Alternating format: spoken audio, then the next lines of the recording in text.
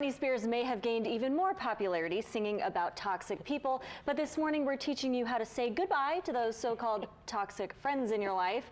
But what are the warning signs and how do you do it? Julie Couret is back in the Great Day set to explain. Julie, welcome. Good morning. Good morning. How are you? That was a great clip. I want to dance it in my seat. I know, right? Exactly. It's a great song. It's a fun song. It's not a great Not a fun topic, right? I was gonna say, yeah, not a fun topic when you're trying to figure out, you know, who is toxic in your life and how do you let these people go and how nicely, do you even recognize it's happening? Right. That's a very good point. Yeah. So what does it mean when someone's toxic to you? It generally means that they don't make you feel good. That when you're around them, you feel that you cannot be authentic, you can't be honest with that person, and you feel that all the aspects of your life are sort of up for grabs to be made fun of. Oh no! And like that your life is an opportunity for them to speak to it in a way that puts you down. Oh, that's terrible. Yes. Okay. It happens in these little minor ways. Sure. So it's not so obvious, and that's why it's tricky because you don't realize it's happening. Right.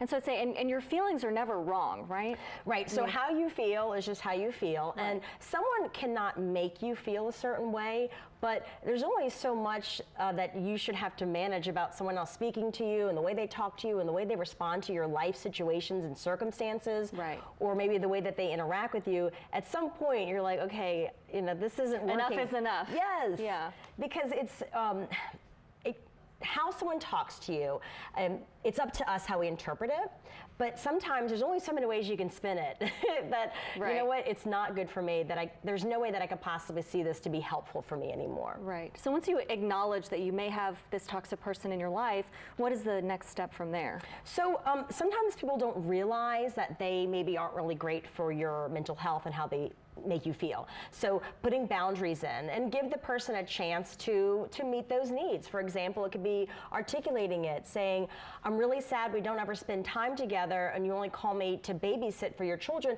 Could we have dinner sometime? I really would like to value that friendship. Or next time I call you about challenges with my spouse, would you please not make a joke about it? It's really important to me and I want to be able to share that with you. And give them the opportunity to meet your needs. That's what I was going to say. You can't just write them off immediately, right? And well, people do. Right. So sometimes people find it easier just to stop returning phone calls or be too busy. Ghosting. Yeah, because people ghost people. It's not just in dating. Right. But you need to give them a chance because maybe they don't realize it. So the first step to do is to draw the boundary and say, I really would appreciate it if you didn't make fun of my children, or if you only don't call me when you need something, but if you could call me to spend time together, I would like that. But if you don't get the results you want, then Jacqueline, you're going to have to actually remove that person from your inner circle and from your life. I was just going to say, I mean, this toxic fake person that we're describing today, I mean, just sounds very just egocentric and insensitive. Yeah, they're completely hypothetical. You know, I don't know any of these people in my real life whatsoever. I was like, this person sounds very toxic. Yeah. So toxic people can be folks that you are related to. It can be people that you work with, that you do have to interact with, but you don't need to let them into your inner world, right? Sure. So what do you do if you put that boundary down and it doesn't get met? Mm-hmm. Maybe it means you don't tell them all of your secrets anymore and your vulnerable moments. I see. You maybe don't call them when you need a favor and say, hey, could you help me out? I really am stuck in a bad position. Maybe you only keep things surface level. Sure. So they can't hurt you. And so the boundary is coming from you versus just so you know this is where we are. Instead, it's yourself. You pull back and you don't share as much. Sure, okay. And then what do you do, I mean, if you're pulling back and then, you know, this person addresses that? Yes. How is that kind of the next level that you may experience? That absolutely can happen. You might get a question like, is something wrong? You seem different. You don't call me anymore. And if you feel that you're not going to get anywhere with this person, that they have shown you through a pattern of behavior that this is who they are, then it's okay to say, you know, I've just been busy. I hope you're well. You know, the work and kids have got me a little underwater right now. It's okay to not fully be open with it.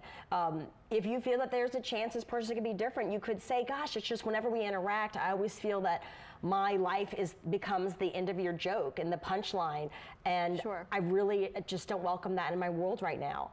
That's a really difficult conversation for people to have, and I've always wondered why. I mean, I'm very direct, so for me it's like, if I've got an issue, I'm going to tell you about it. You know So, why, Jacqueline? Why? Because, yeah, what's the deal with that? Because people don't like having other people not like them. So a lot of folks struggle that other people don't like them. Even if they'll be happier. Even if they're bad for them, Right. hence the reason for this topic. Right. Because we let toxic people into our life, because we've known them since we were 10 years old, because Right. we are related to them. I keep going back to that because That's true, you don't pick your family. no, but you can pick who you let into your heart and who you open up to. And the toxic people can't hurt you if you don't open up to them. That is very true. All right, thank you so much, Julie, for joining us today. To learn more about Julie, head to